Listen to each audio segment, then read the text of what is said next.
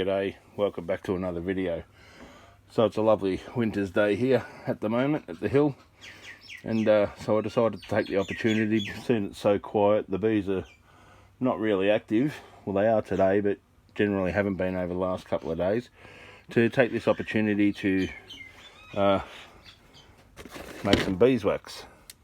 So this is some beeswax I made earlier. Now it's still dirty at the moment. It was made out of these old frames, and you know, I've got to get all that out, boil it up and get the beeswax out of it. So this is actually how much I got off one frame. So today I've got a bucket full, and that's probably about 8 frames I think in total.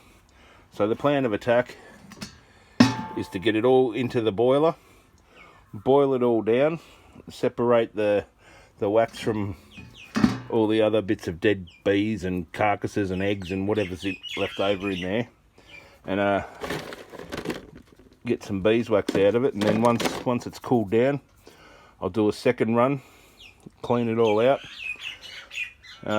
let that set. Then I'll take the beeswax out of there and put that in a pot on its own and run it through a filter, which will just generally be a little cloth. So we'll just start by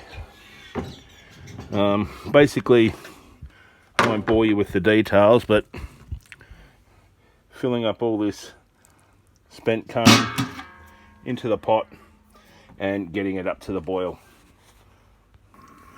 So we've literally just filled the pot up with as much honeycomb as it'd take. Might see if I can shove a little bit more in there. Gas is on, it's bubbling away. We actually only got half a bucket in the pot, so there will be 2 runs, but I'll come back to you and show you what this turns into as it starts to break down.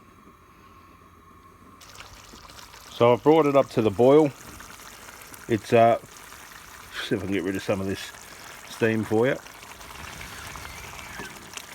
It's really turned into a slurry, a slush.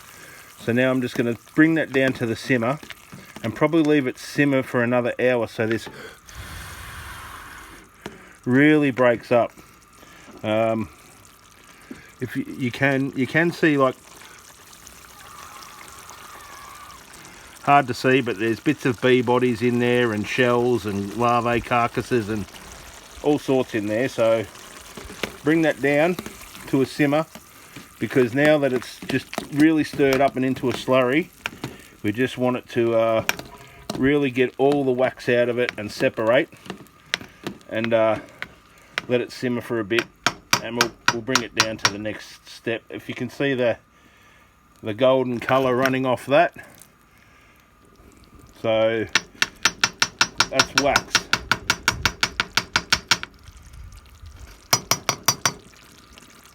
That's all wax. So we'll turn this down and then we'll continue on. So now that I've broken down all this slop, and as you can see it is just slop, I'm going to just run this through this strainer I've got here, and we'll get rid of all the bee bodies and all the crap, and start the process all over again with a second bucket, and all the filtered stuff will be poured into this to be allowed to set. And yeah, we'll see what happens after that. So now the process is to strain it and filter it, squeeze it all out, and it'll become just this black browny slop. As you can see on my gloves, the wax is already forming. So we'll strain this out, and I'll show you what we're left over with once we do the whole lot. And here's what we're left with. So this is the wax on the top. You can see it forming around the edge and everything like that. So I'm going to reheat this and let it combine, and then I'm going to pour it into there and let it cool off. And I'm going to add this into that as well. So we'll do that, and pour it off. Stick it in there, I'll show you that, and probably leave it overnight. So I've poured off the last amount of beeswax into this container. You can see it's starting to form around the edges. It's nice and thick and golden on the top. So I'll probably leave this sit overnight. I've got the second batch on the boil at the moment. There's all the crud that came out of the last lot. I'm going to redo that. We've got the second batch on the boil at the moment. And yeah, we'll see what we end up with at the end. And we'll continue this video either tomorrow or later on once we sort out where we're at, and we'll get you the final product eventually. So I've done the second batch and I only ran it through this strainer without the filter, and this is what we've come up with. So we'll let this solidify along with the one that's solidifying over there, and we'll see which of the two methods is better.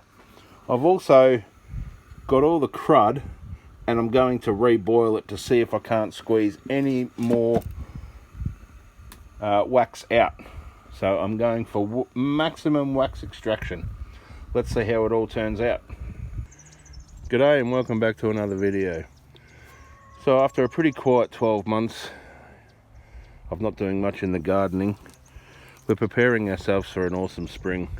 We've got our plastic down and we've had a bit of wind in the last couple of days, so I've got to go and reorganise that, but getting the weeds all suppressed and preparing it for spring, and we're about to start seeding our tomatoes. It's that time of the year where we start seeding our tomatoes inside. But anyway, in the greenhouse, want to start cleaning up in here soon too. The grass is getting away, but cauliflowers are coming along nicely. Our winter crop of cauliflowers in the greenhouse, they're all self-seeding tomatoes. So I'm assuming they're the cherry tomatoes like that were in here. So they're coming along. I probably might grab a couple and transplant them elsewhere once they get a bit bigger. Chop the rest in. It's the middle of winter here at the moment, believe it or not, and our chilies are still producing chilies, and we still have these long red capsicums producing capsicums. So yeah, that's a bit of a surprise, and still got plenty of green ones on there too, so keep them going as long. Now I chopped down the bell capsicums, so they should be right to sprout when they're ready. Just got a bit spring onions, strawberries, and some broccoli.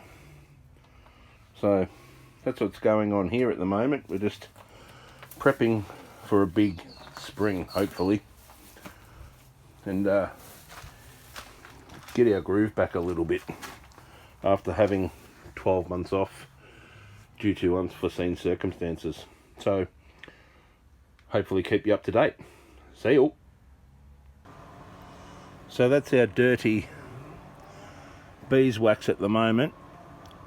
So what I'm basically going to do, redo the process over here with these two pots and get it all into one pot, and we should end up with one disc of beeswax that we will melt down and put into a block. So I'll let you know when we do that. So all the beeswax is in the pot now. It's pretty full.